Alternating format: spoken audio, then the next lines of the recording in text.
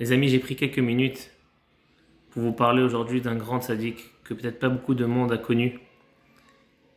Rav Uri Zohar, au début n'était pas un grand rave, était un grand acteur, un grand réalisateur en Israël, l'un des plus grandes stars de la télé israélienne, de la bohème israélienne. On peut dire aujourd'hui on a perdu le Rabbi Akiva de notre génération.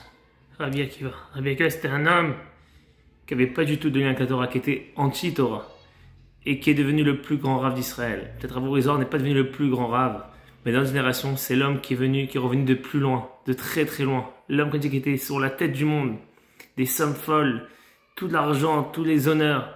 Il a tout lâché, tout pour la Torah, tout pour revenir à Kadosh Baruch Hu. Et non seulement il a lâché, il s'est mis dans son coin à étudier, il étudiait nuit et jour, c'était notre voisin. On le voyait tous les matins, à 3h, 4h du matin, il se levait, étudiait toute la journée.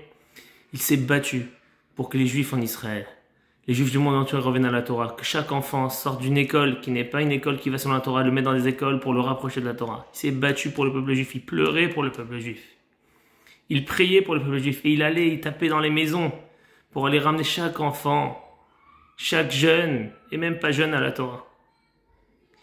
Le Rav Karl Einstein, une fois, c'était un grand tzaddik en Israël il y a des dizaines d'années, il devait se faire opérer, il est venu voir Rav Uri Zohar et il lui a dit: Rav, je veux une bracha. Vous avez dit: mais qui, je suis rien moi pour vous donner une bracha.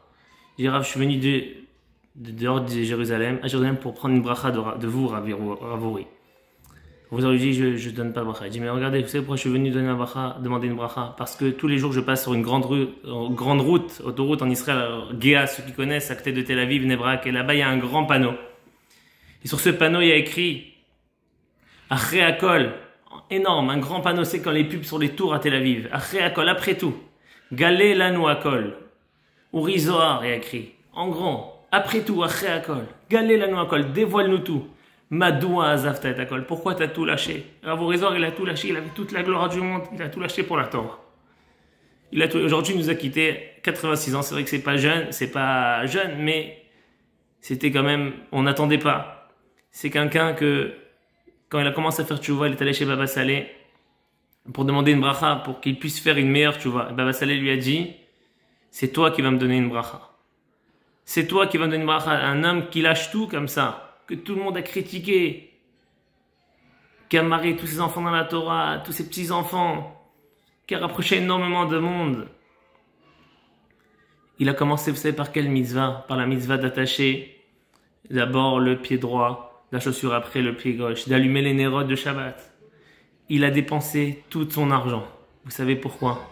Pas pour faire des voyages, pas pour s'acheter des maisons. Il habitait dans une pièce et demie, bien qu'il avait les moyens pour vivre plus. Pourquoi? Pour racheter les droits de ces films, pour pas qu'ils soient diffusés, pour pas que les gens fautent avec ces films-là. C'était un géant. C'était un tzaddik qui n'attendait pas de retour, pas de kavod, pas d'honneur. Tout pour le peuple juif. Il avait beaucoup de mal de voir les juifs s'éloigner de la Torah, les juifs pas revenir à la Torah.